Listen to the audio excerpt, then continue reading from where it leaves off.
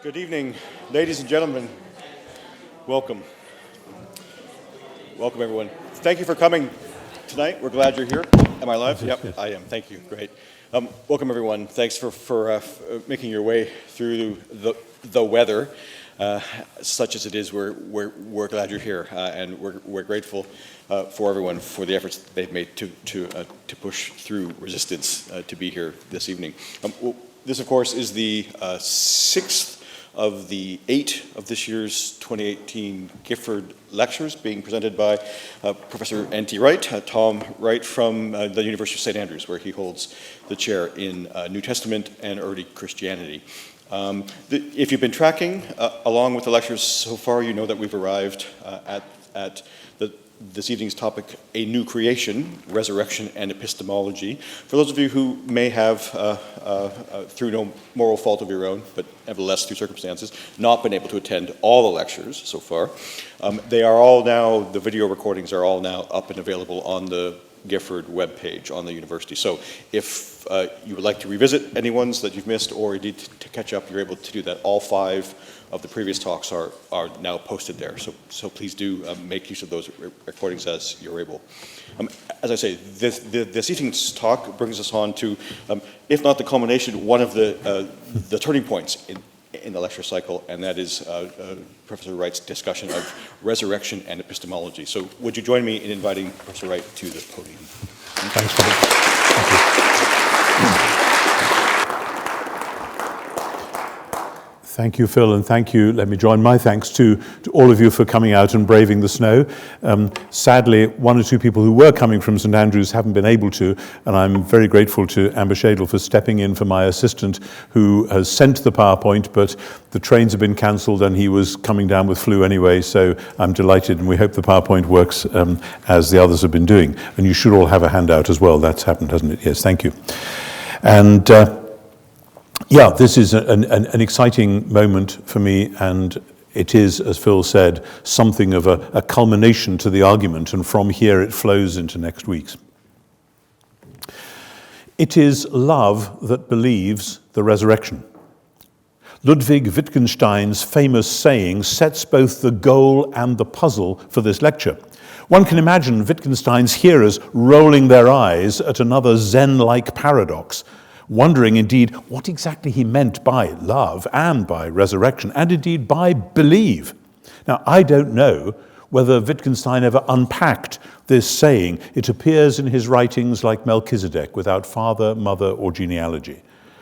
That, however, seems appropriately oriented to the subject matter, since Jesus' resurrection is presented in the early Christian text not as one element in a series, not as an easily grasped part of a larger whole, but as something which is what it is and means what it is and is known as it is known, primarily in the new world which it launches. It is indeed according to the scriptures, but even those who knew those scriptures well hadn't seen it coming. The resurrection brings its own world with it. When I wrote those words, I was reminded of when Archbishop Rowan Williams made a farewell speech in General Synod in honor of Bishop Colin Buchanan. Buchanan had been for years one of the most learned men on the Church of England's liturgical commission, where he had regularly challenged fluffy and romantic liturgical proposals. Archbishop Rowan said that Buchanan had been likened to a bull that brings his own china shop with him. Well, the resurrection of Jesus brings its own ontology and epistemology with it. And this regenerates and transforms and redirects the ancient Jewish cosmology and eschatology that we looked at in the last lecture. It is love that believes the resurrection, because love is the most complete form of knowing, and the resurrection is the most complete form of event. The modern world, of course, has not seen it that way. The rejection of the resurrection, I suggested earlier, is cognate with modernity's Faustian refusal of love. And that's why I have attempted in these lectures a slow outflanking strategy, coming round the back of our assumed Epicureanism with its split cosmos and divided time, and proposing that there might be another way, a Jewish and then early Christian way of understanding space and time and human beings. The knee-jerk rejection of this kind of proposal as unacceptable in our modern critical world is pure smokescreen. There is nothing modern about Epicureanism. The ancientness of the Jewish and Christian worldview cannot be used as a rhetorical scare tactic to stop the message of new creation infiltrating tomorrow's world. What matters, once again, is history, not historicism, not reductionism, but patient attention to evidence, abductive essays in hypothesis, and verification through narrative proposal. So where do we begin? Resurrection and history and the meaning of resurrection. I was struck 40 years ago by the conversation with Karl Barth that T.F. Torrance reports in Space, Time and Resurrection. Torrance had commented to Barth that some scholars thought of resurrection in a docetic way, lacking concrete ontological reality. And he describes how Barth leaned over to him and said with considerable force, which I shall never forget, "Wohlverstanden, leibliche Auferstehung." Mark well, bodily resurrection. That is a fine moment in the history of modern theology.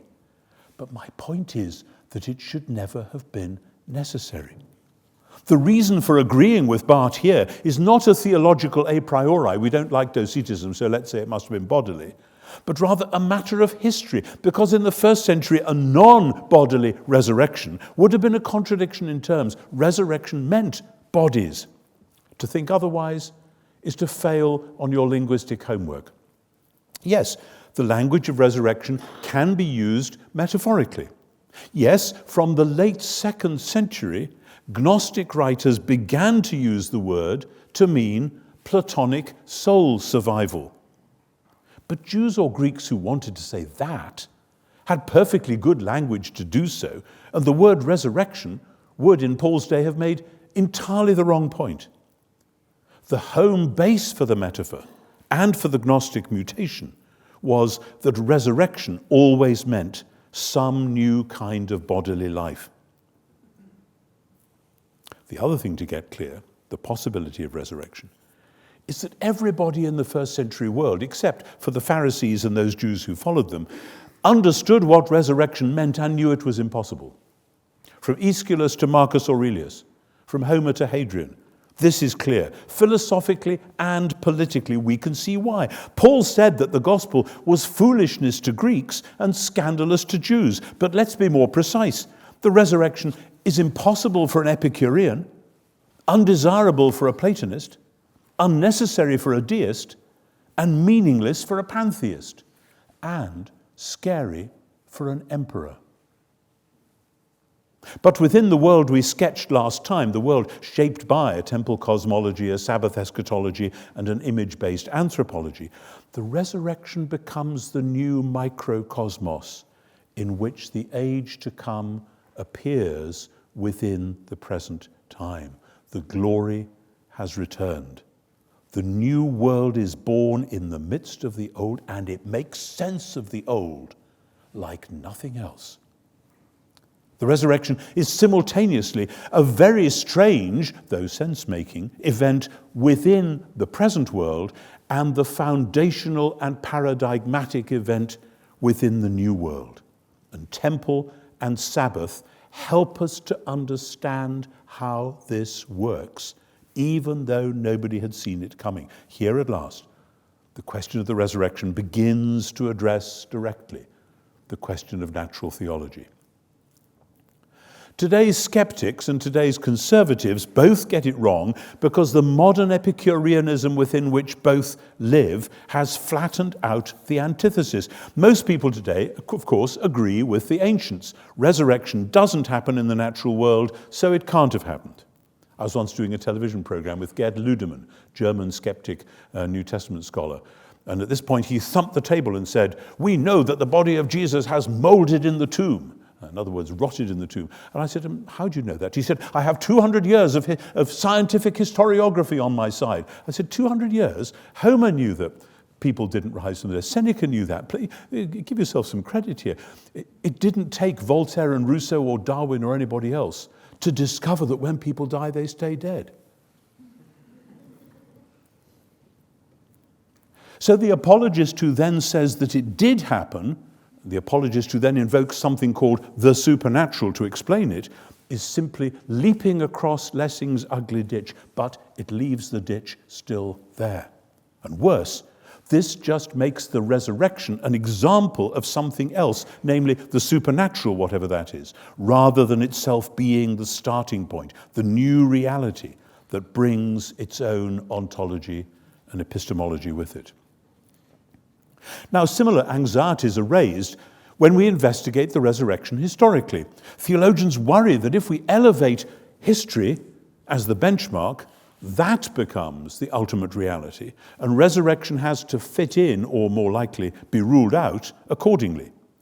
That, too, reflects the wrong approach, supposing heaven and earth really are mutually porous, supposing the future might arrive within the ongoing present. Note again, you can't start with temple and Sabbath and image and deduce Easter. If you could have done, the two on the Emmaus Road wouldn't have been so worried. But if you start with Easter and look back, what you see is not something called the supernatural, but a classic Jewish philosophical framework within which this new event might make sense.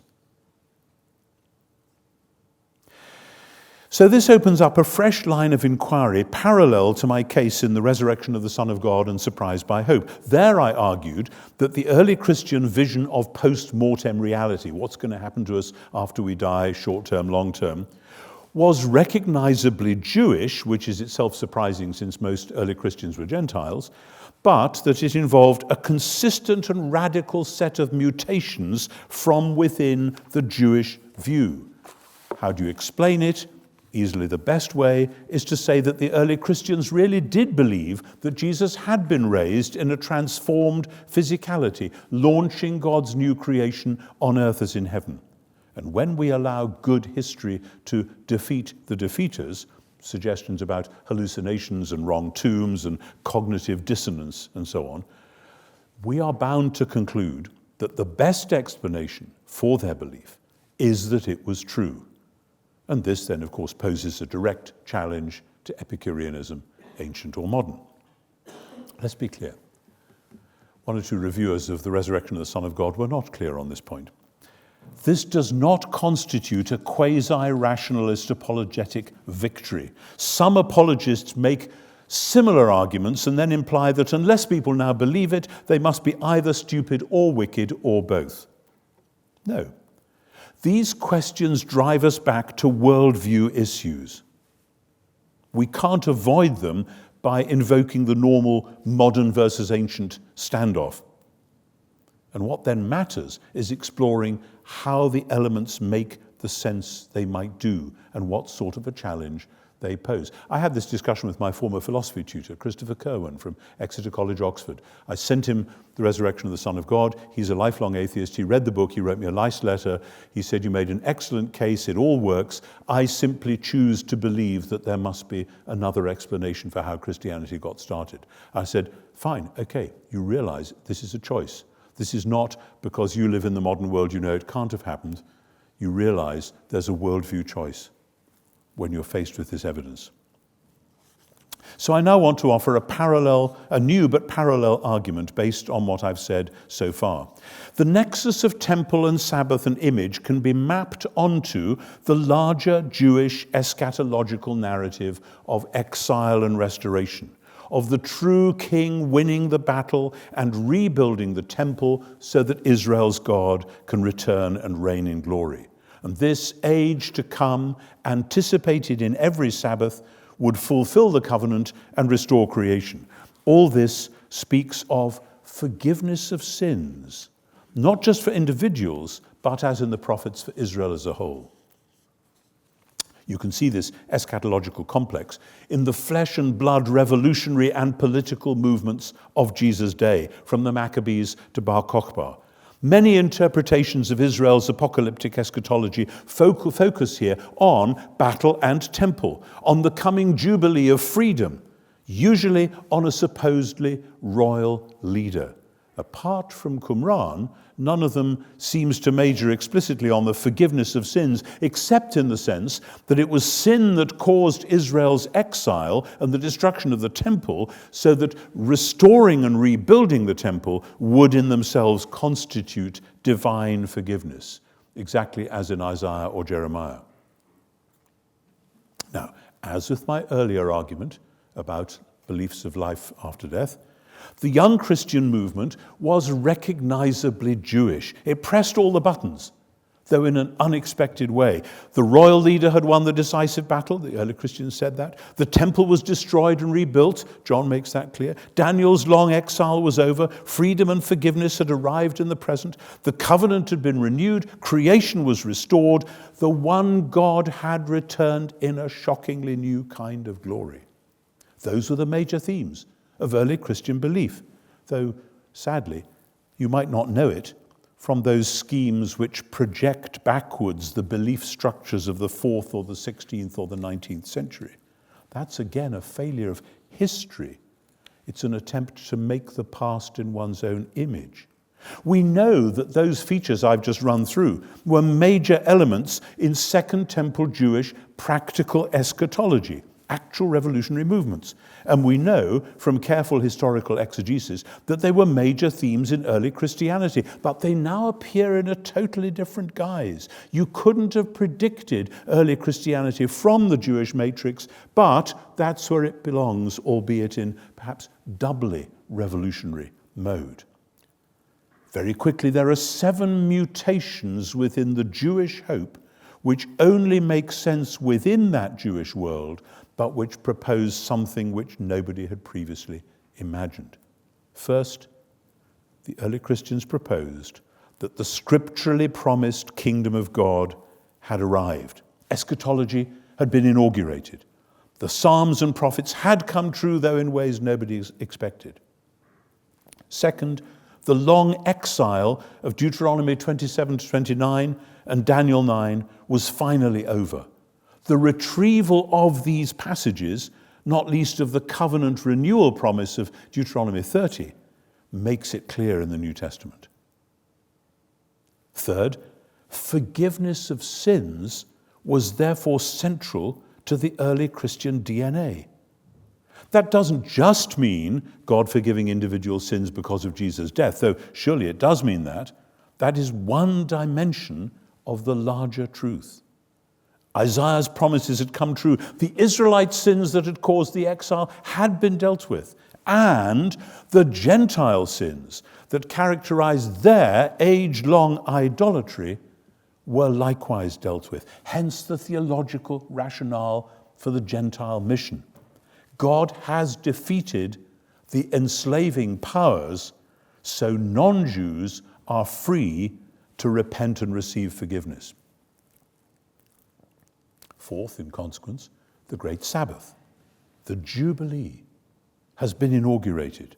How many times should you forgive, asks Peter in Matthew 18. 70 times 7, replies Jesus, resonating with Leviticus 25 and Daniel 9.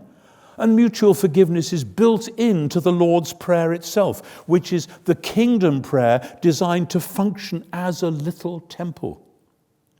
Sabbath keeping is now theologically irrelevant, if I dare say that in the north of Scotland, as in the Gospels and Romans 14. This has nothing to do with Jewish legalism versus Christian libertarianism. It's about inaugurated eschatology. For John, Jesus' followers are eighth-day people, fulfilled creation people, Sabbath people every day of every week. We share the rest which Jesus promises in Matthew 11. Hence, the early Christians talk of joy and peace. What Jews celebrate every Sabbath was to be the constant life of Jesus' followers. Fifth, then, the new temple has been built, and as Paul says, that temple is you. Jesus himself is the new temple, but Jesus' followers, indwelt by the Spirit, also constitute the temple.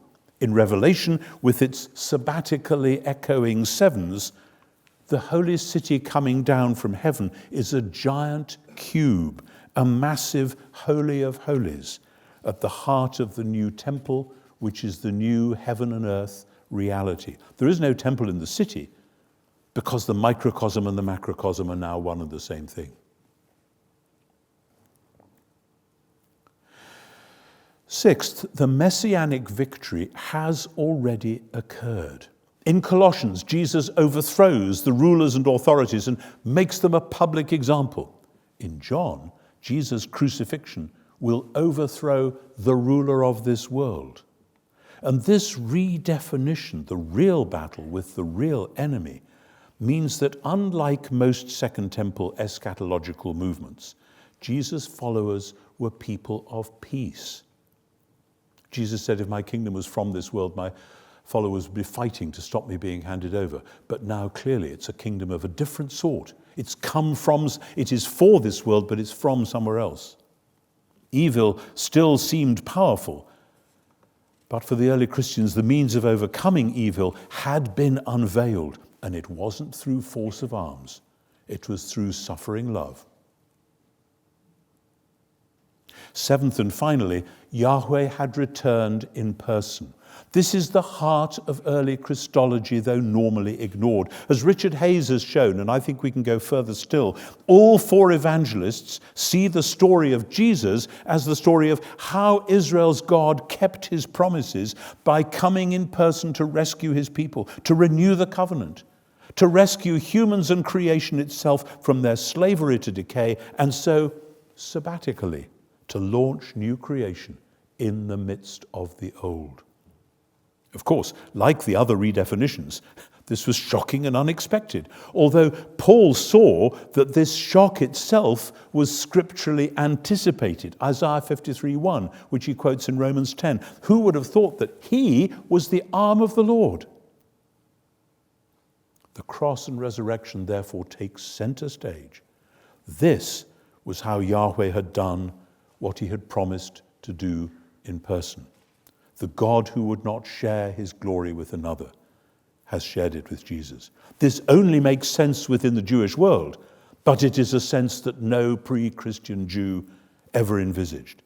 The messianic story of Jesus' kingdom announcement, his death, resurrection, and exaltation, turns out to be the self-revelation of Israel's God himself.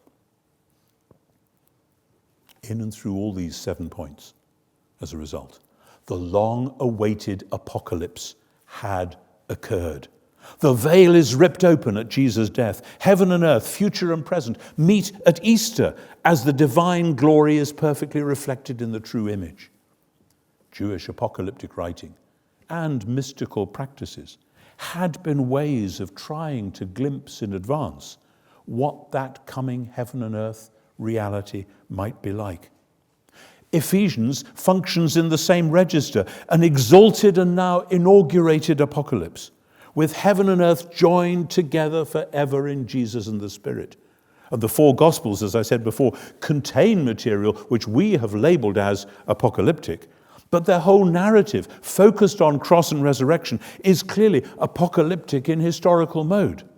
Look at this story, they say, and see the new temple, the great Sabbath, the kingdom inaugurated, the vision of God himself. This is how the living God is at last made known to the nations.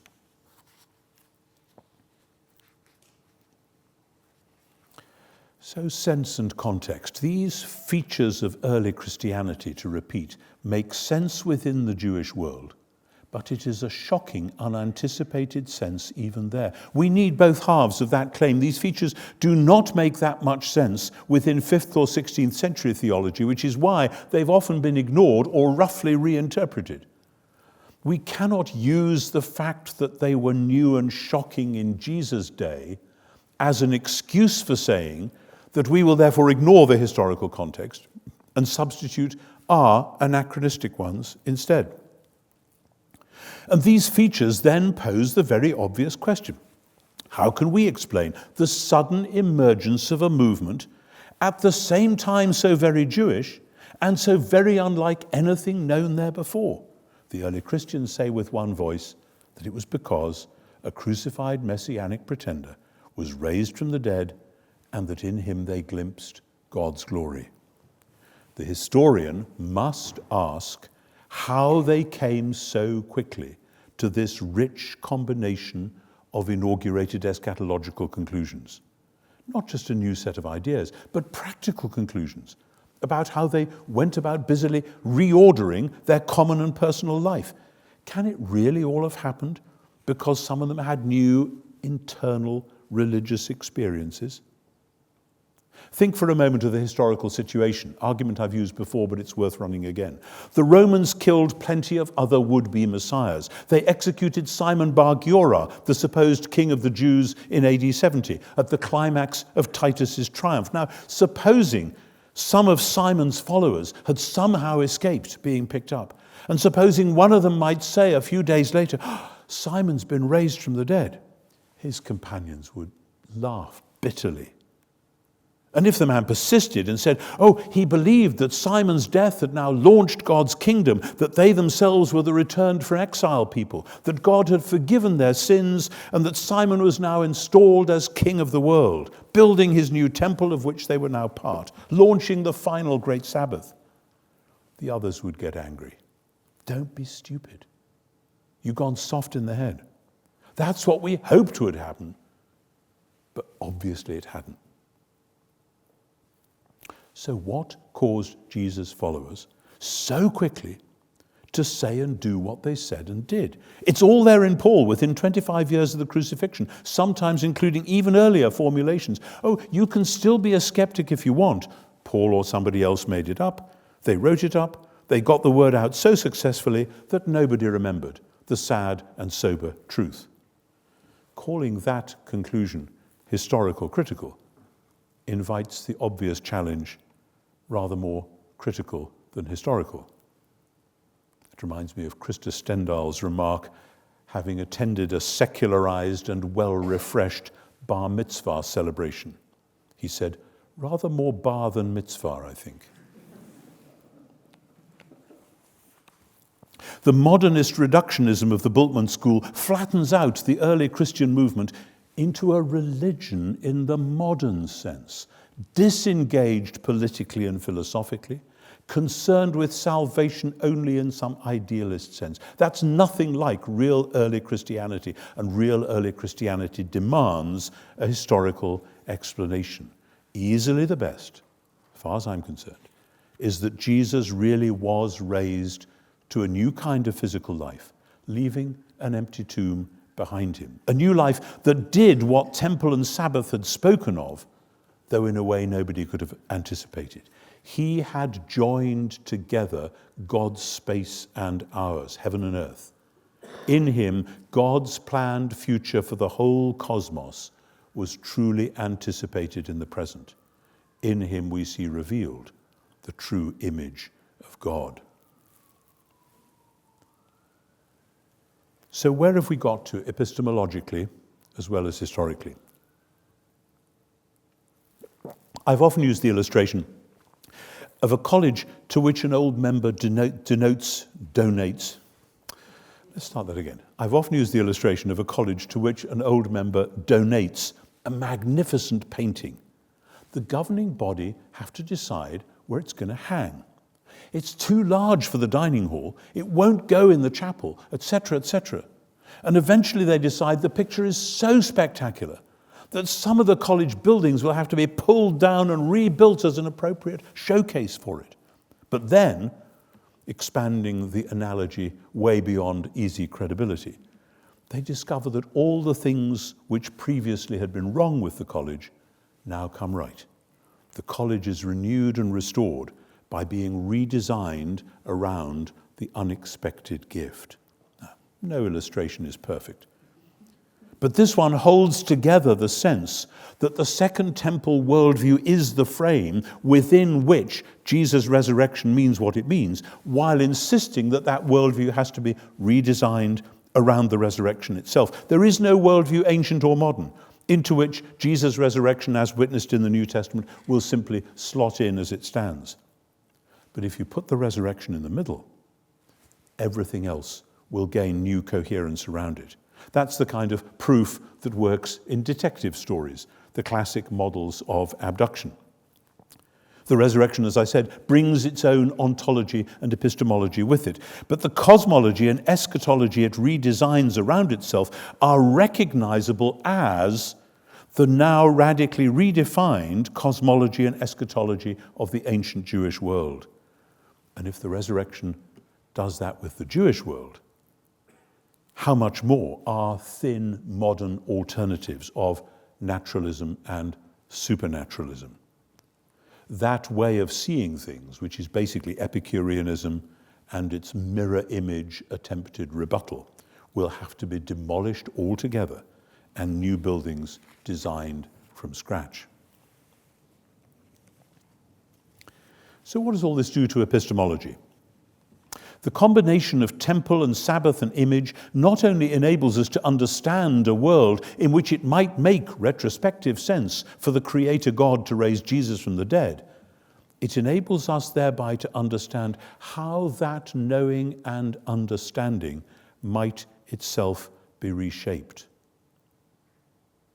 The resurrection of Jesus, comprehensible as the fresh apocalypse within the Jewish world we've studied, announces itself as the new creation, not as a replacement for something which has been thrown away, but as the rescue and renewal of the old. This unveils not only the Creator's power, but the Creator's love. As in the covenant language of Deuteronomy or Isaiah, the resurrection reveals that the cross was the supreme act of love, and the resurrection itself declares that God so loved the world. The Creator loved the old creation itself and had all along been determined to rescue it. If we understand resurrection in merely a Platonic sense, as with late 2nd or 3rd century Gnosticism, with Jesus' soul going to heaven and other souls hoping to follow him, then the world of space, time, and matter would not be ultimately important, and we shouldn't try to deduce from it anything about God's ultimate truth. You don't find Gnostics doing natural theology. But if Easter was the start of a new creation which is a creatio ex vetere and not a fresh creatio ex nihilo, if the resurrection was therefore an act of love, God's love for the old world and its image-bearing inhabitants, then the old creation, as it plays host to the new, is itself validated, reaffirmed retrospectively. Two analogies suggest themselves. First, the story of Israel. When Jesus was raised from the dead, that did not mean that Israel's calling and the temple and Torah and Messiahship itself had all been a mistake and should now be replaced by a totally new system. Marcionites, ancient and modern, have gone that route, but that's not what the New Testament says. No. Jesus' death and resurrection retrospectively validated what was there before. Abraham rejoiced to see my day, says Jesus. He saw it and was glad. Second analogy, moral order, as in Oliver O'Donovan's famous argument. We don't simply learn moral order from the present creation. All sorts of things, natural disasters, animal cruelty, moral chaos, forbid us straightforwardly to infer a natural law any more than we can retrieve a Butler-like natural theology. But the gospel events do not sweep away creation's inbuilt moral structures. They reaffirm them. Jesus insists in Mark 10, God's kingdom at last fulfills the Creator's intention. From the beginning it was not so, and we're going to be new creation people. Even if it until then had seemed difficult or impossible, again, as in Mark 10. The point is, you don't get to moral order by simply trying to top up the old world. Grace can't simply perfect nature. It has to do it through cross and resurrection. But resurrection means that you're not starting now with a blank sheet and ignoring the past. Resurrection retrieves the good, older creation. The launch of new creation reaffirms the God-given order of the old. Now just think about those two examples for a moment. In the first, the story of Israel, the new gospel imperative seemed nonsense, welcoming non-Jews on equal terms without the normal works of the law. That's almost literally unthinkable for a devout Jew. In the second, the question of moral order, the new creation behavior now demanded of Christians was previously thought either impossible or undesirable. The absolute demand for forgiveness, humility, chastity, patience, the care of the poor. As people quickly discovered, these made no sense the way the world was. But when Jesus' followers started to live like that, they displayed a way of being human that appeared self-authenticating. People looked at them and said, "Never knew you could do it that way." In both cases, the new pattern was at one level shocking and disruptive, and at another level fulfilling and empowering. Paul explains, the Messiah's love leaves us no choice. The creational love, now revealed in the gospel, launched the new world of ecclesial and moral possibility.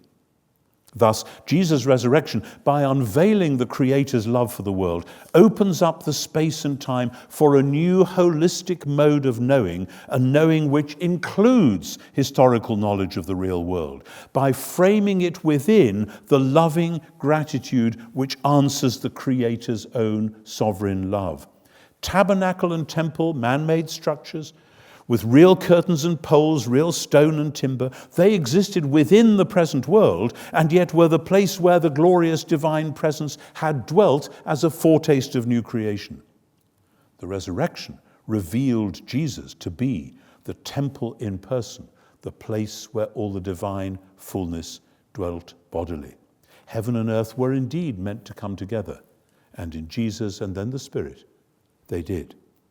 Jesus and the Spirit now became the advanced signs of what God would do for the whole creation. Romans 8 sees God doing for the cosmos as a whole what he'd done for Jesus, all because nothing shall separate us from God's love.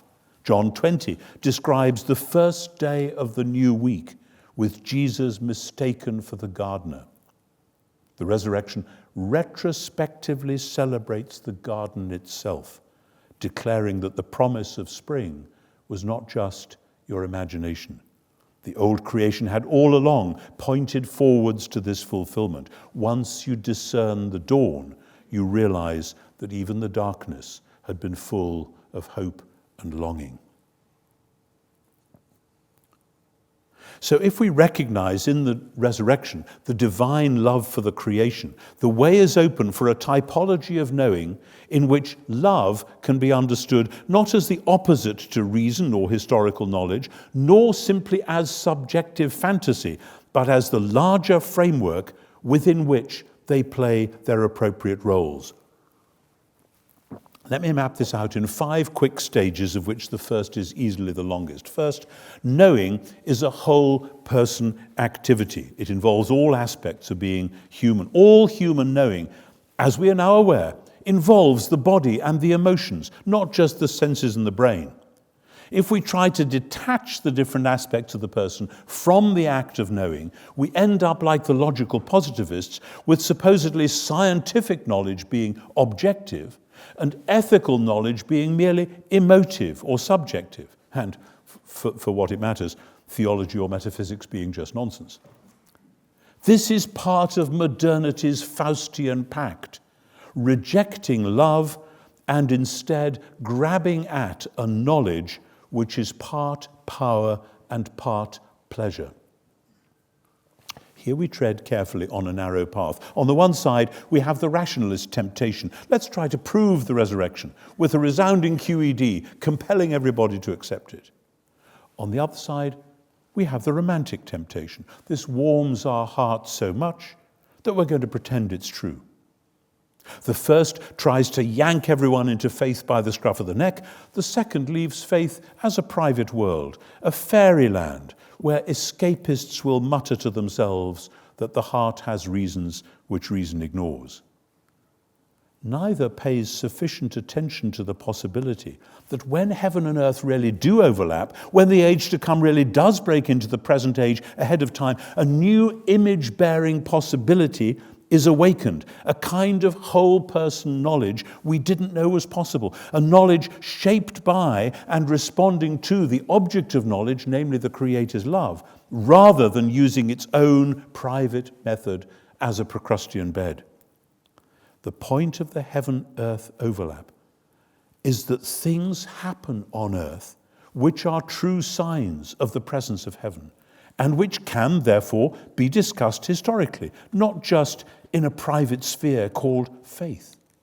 And the point of the overlap of the ages is that things do happen in the present time, which are true anticipations of the ultimate future. If you're picking up sacramental overtones at this point, you're absolutely right. I'll come back to them in a week's time, God willing.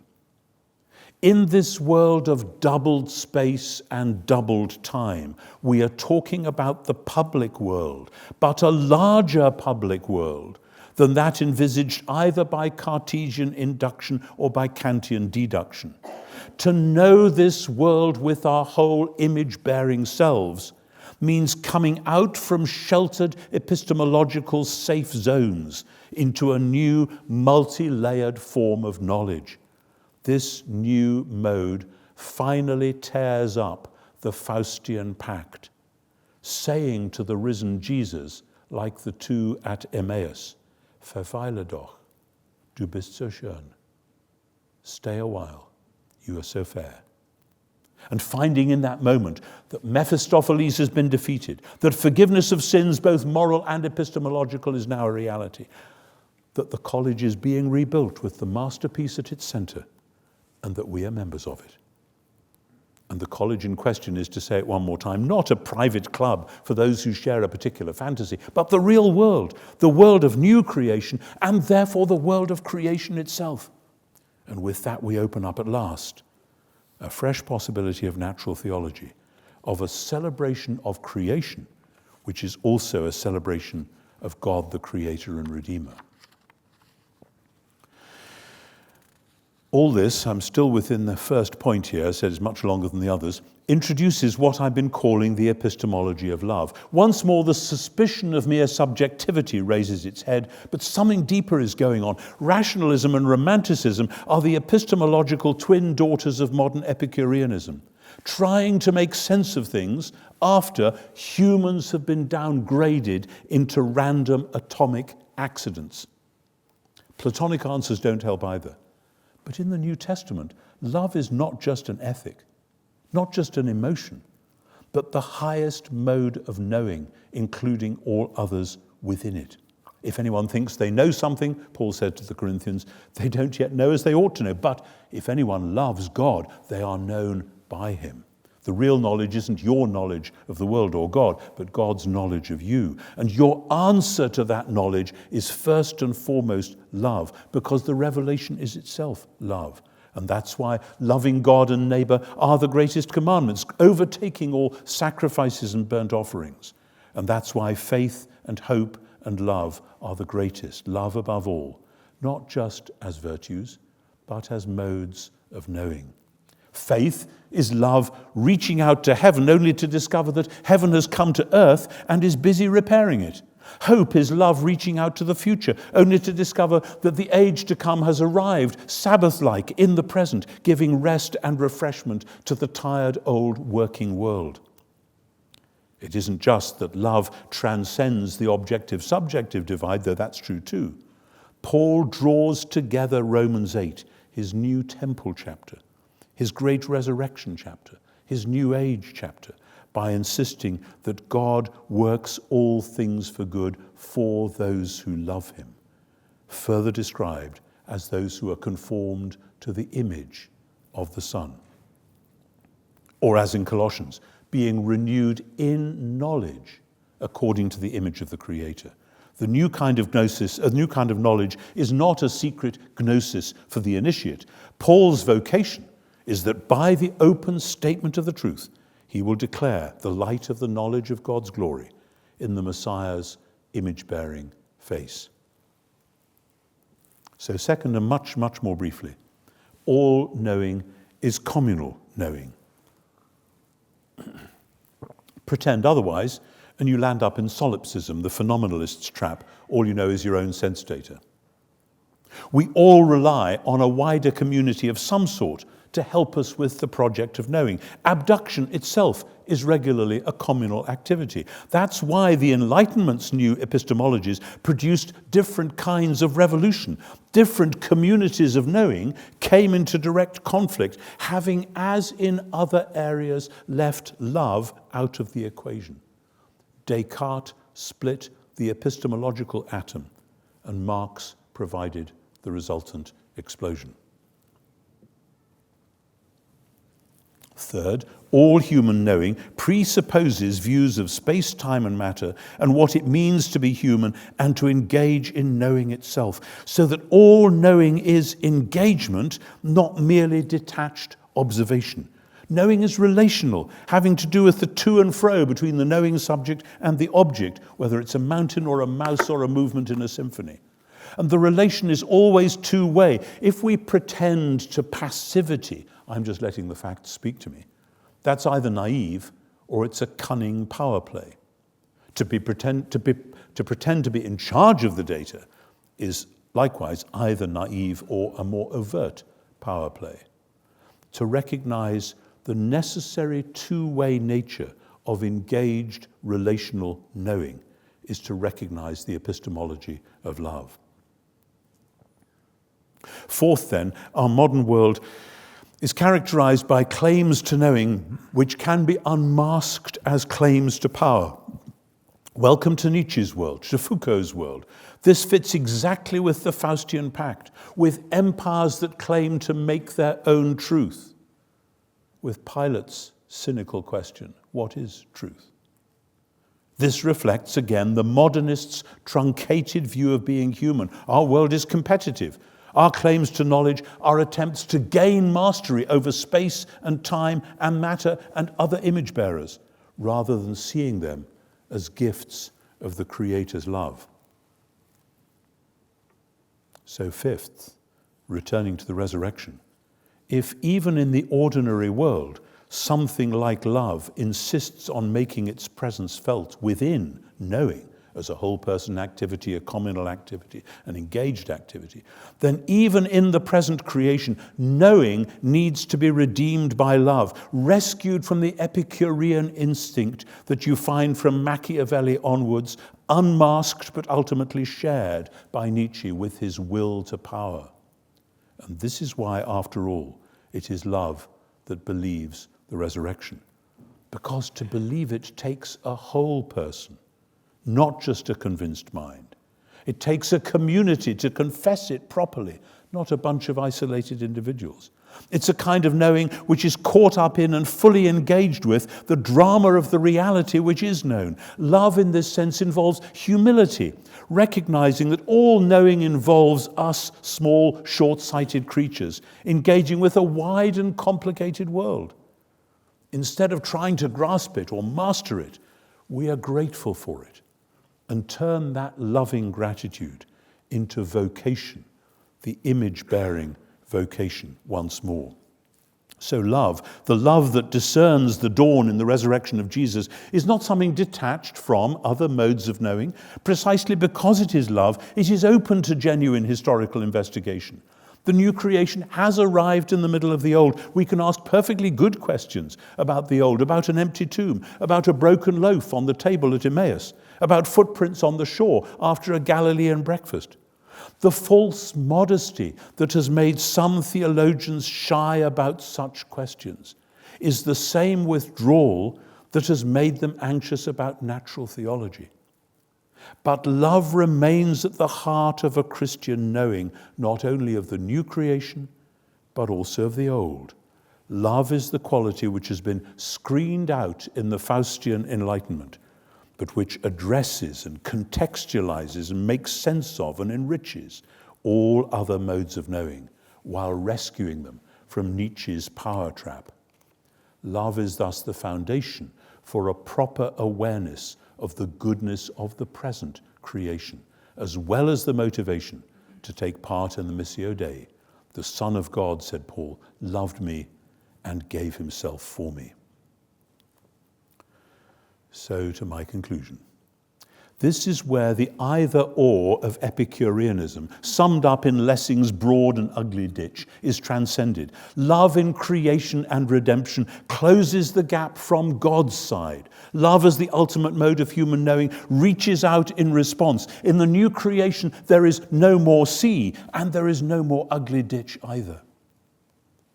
The divide between eternal and contingent, as also between past, present, and future, is overcome by the image bearer himself, bringing love to birth in the world, and then by those who in response are renewed in loving knowledge according to the Creator's image.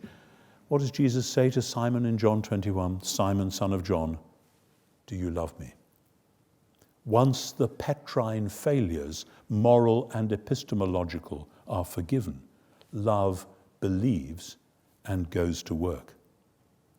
And that is why, though the fuller case must wait for the last two lectures, the argument from Jesus' resurrection to a refreshed form of natural theology cannot collapse into mere subjectivism. Love in the form of faith answers the Creator's love revealed in the resurrection, the love which our Faustian culture has tried to rule out. Love as historical epistemology opens itself to first-century Jewish modes of thought, instead of assuming a heavy-handed Epicureanism or Platonism, instead of supposing all that to be an ancient worldview which we moderns have left behind. Love as theological epistemology learns to think through a temple cosmology and a Sabbath eschatology, focusing both on the one image bearer, discovering through both a worldview in which not only the resurrection of Jesus, but through it, the reaffirmation of creation's goodness makes sense. A sense that, so to speak, goes on sensing. And love as vocational epistemology discovers, like Peter, a fresh calling to tend the flock, to feed the sheep, to be for the world what Jesus was for Israel. As the Father sent me, so I send you.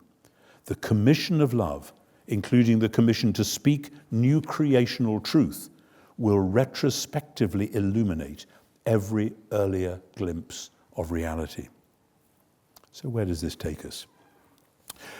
From the start, belief in Jesus' resurrection compelled his followers to ascribe fresh retrospective meaning to his crucifixion. As we shall see next week, the new creational perspective compels us to look back on the world of creation in general, but also on the events concerning Jesus and supremely his crucifixion, as the place where and the means by which God's creational and redemptive love might be known, calling forth from us a love which is also knowledge, a knowledge which is also love. With due temerity and slight nervousness, George Herbert's poem Love can perhaps be translated into epistemological mode.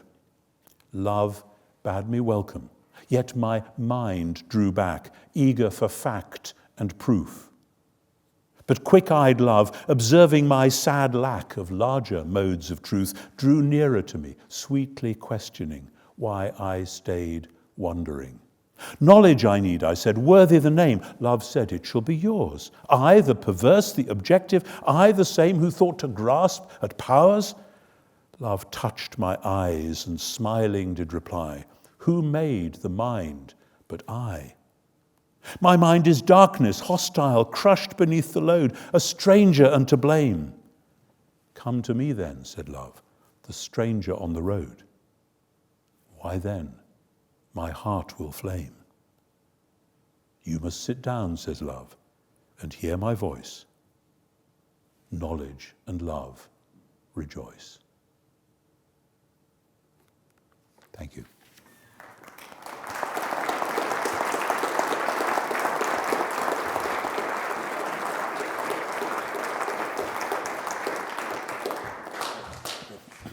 We have a few minutes this evening for some questions, should there be any. One right there. Please take this one. Hello, thank you for coming again. My question is fairly simple. Where does the book of Revelation fit in your scheme? Because if the victory of the Messiah has been achieved, powers of evil defeated, college rebuilt, as you wish, why keep the bulldozer around? Why? Why keep the bulldozer of the Revelation, the book of Revelation, around? All sorts of questions, all sorts of issues involved with that. Revelation is wrestling with the same issue that Romans 8 is wrestling with, that 1 Peter is wrestling with, precisely that we acknowledge Jesus to be now the sovereign one, the Lord, to have defeated the powers, etc. So why is it still a mess?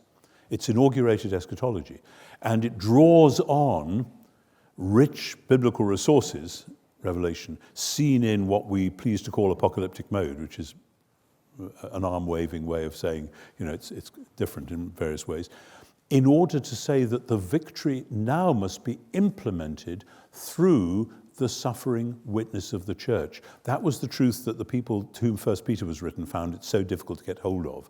And that is what's going on in Revelation. That now that the victory, we theologians use the phrase in principle has been won, which is a way of saying we want to say it, but we know it's not complete yet. But there's been a victory, which is quite clear in Revelation 1, absolutely clear. But the victory is yet to be won. So it's a now and not yet, as I said in whichever lecture it was, 4, I think. And there are all sorts of other things going on in Revelation which point then to Revelation 21 and 22, which is the new temple, which is the new cosmos, which is the holy city, etc. I may not be exactly answering your question, but it seems to me within early Christianity it is addressing those same questions, albeit doing so in a literary mode which is different from the other writings I've cited, but it's basically the same point. I'd like to talk about that further afterwards, if you like.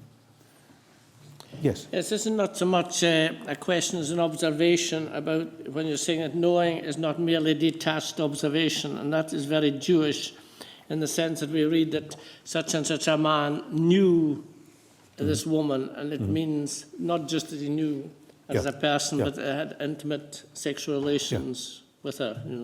So. Sure, yes. I actually thought of that at one point. There's too many things to drop in all at once. Yes. But yes, and it's very interesting, not only because it seems archaic to us, but maybe it seems archaic to us precisely because in the Enlightenment world we have split apart things which ought to be joined together. Yes, thank you. Yes, somebody at the back there. I wonder, particularly in terms of like a post-resurrection anthropology, whether there would be a more explicit pneumatology? Whether what would be a more explicit? Sorry, yes. I said at a seminar this afternoon, quoting actually Bishop Stephen Sykes, when you're doing theology, you have to say everything all at once, otherwise people think you've deliberately missed something out. The Spirit is there. I actually mentioned the Spirit several times because I've schooled myself over many years to say Jesus and the Spirit, lest it be thought that the fulfillment is simply with the events concerning Jesus. They are umbilically linked to the gift of the Spirit. And you see this obviously in Paul, gloriously in Romans 8. You see it in John in the farewell discourses, and then particularly John 20, when he breathes on them, receive the Holy Spirit, as the Father sent me, so I send you. That mission, hence the vocational epistemology, is the necessary implementation of the victory of Jesus. Without that, it seems a hollow victory, because as we know, evil is still rampant. People still do wicked things. But part of Christian faith is to say both that the victory has been won, and then somehow in ways that we don't usually understand, though sometimes in retrospect we sometimes do, the Spirit enables God's people through suffering to bear witness to Jesus and so effect extraordinary change. And one thinks of whether it's Martin Luther King or whether it's Desmond Tutu in South Africa or whatever, people in whom the Spirit has actually done extraordinary things, which are directly to be understood as the implementation of the victory of Christ. Yeah, thank you. One more? Yeah. It's a question about, you might say, boundaries of knowledge. I pick up within the general Reformed tradition that the early Reformers, say like Calvin, there's a sense of protection of knowledge of the mystery of God. But then I suppose in the 18th century, with the impact of Enlightenment thinking, people like Jonathan Edwards, they're pushing back those boundaries, it seems. And I just wonder if you could comment on that sort of tension. I know a little bit about Calvin, less about Edwards, but I am struck by the way in which Paul extraordinarily says in 1 Corinthians that we have the Messiah's mind.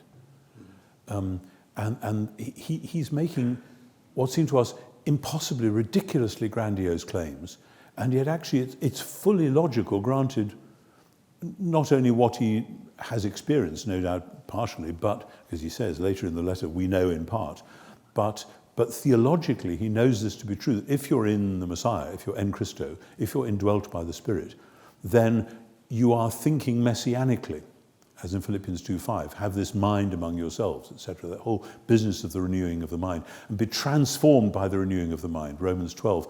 And so that there is a knowledge. How you give an account of that will vary, and of course Calvin lives within his philosophical world, Edwards within his, I no doubt within mine. Part of the deal then is to be self-critical about one's own philosophical world, to be sure that we are not truncating the gift of God or overinflating our own unaided capacities, and that's no doubt always going to be a to and fro which we have to take care of. Does that make sense? Yeah, thank you. I think we're done.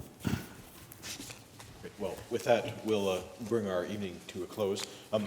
The last thing that I have to do before I send you back out into the snow is to remind you that the lectures continue next week on both Monday and Wednesday in this hall at 6 p.m. on both evenings.